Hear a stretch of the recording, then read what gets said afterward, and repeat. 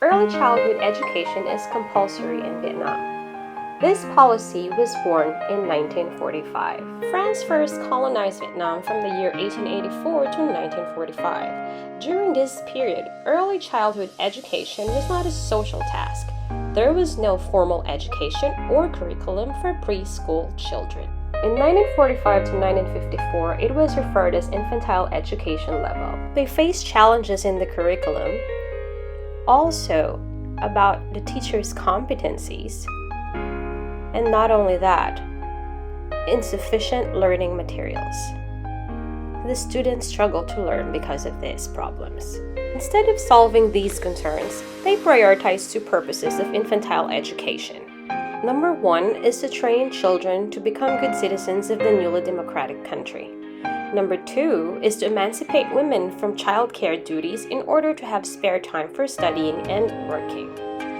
In 1915, nursery education, or known as Mao Xiao, replaced infantile education. In Chinese Vietnamese, Mao Xiao means teaching by mother. It was suggested that kindergarten teachers should be female. According to Nguyen Cang Tuan from 1991, the reasoning was that mothers were traditionally considered home educators and children of kindergarten age remained under their mother's influence. Over 7 decades of development, Vietnam has made remarkable changes in the curriculum and the education system.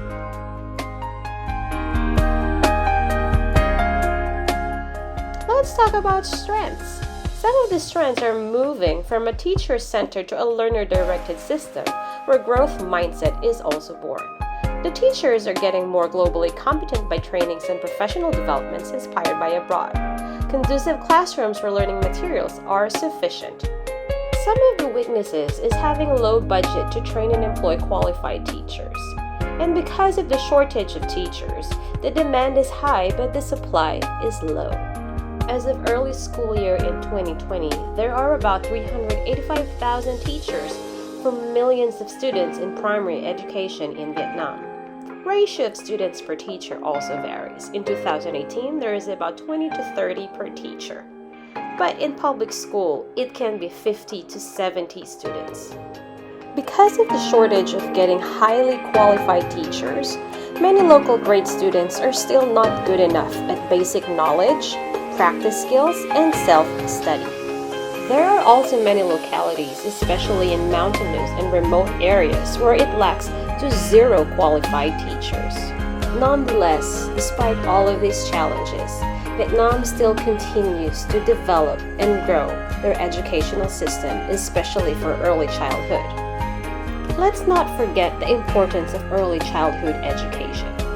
According to neuroscientists, like all muscles in our body, the brain grows bigger as we get older.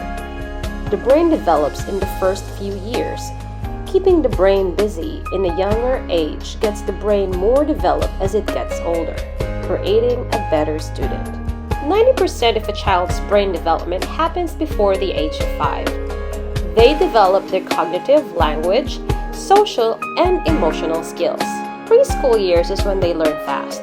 They start to develop certain tasks. Early childhood education is when they build their foundational skills. With the help of the parents by making sure their development is right on track, and having the right environment will impact the child's development and personality.